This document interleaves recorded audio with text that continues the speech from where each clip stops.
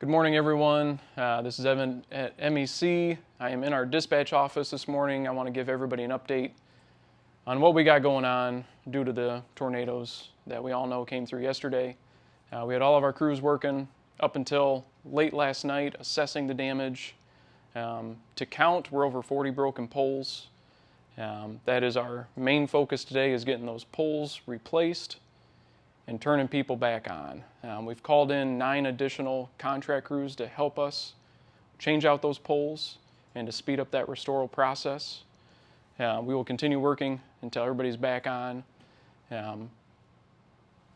Again, if you see a wire down in the road, in your yard, keep your distance. Try to stay at least 50 feet away.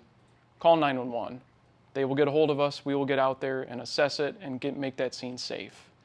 If you have an outage, you can report it to us. And again, we will get out there as quickly as we can. Appreciate everybody's patience. Watch yourself on the roadways. Still a lot of debris out there.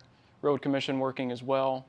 So keep your distance from anybody working on the storm restoration process. Appreciate your time and patience. Have a good weekend.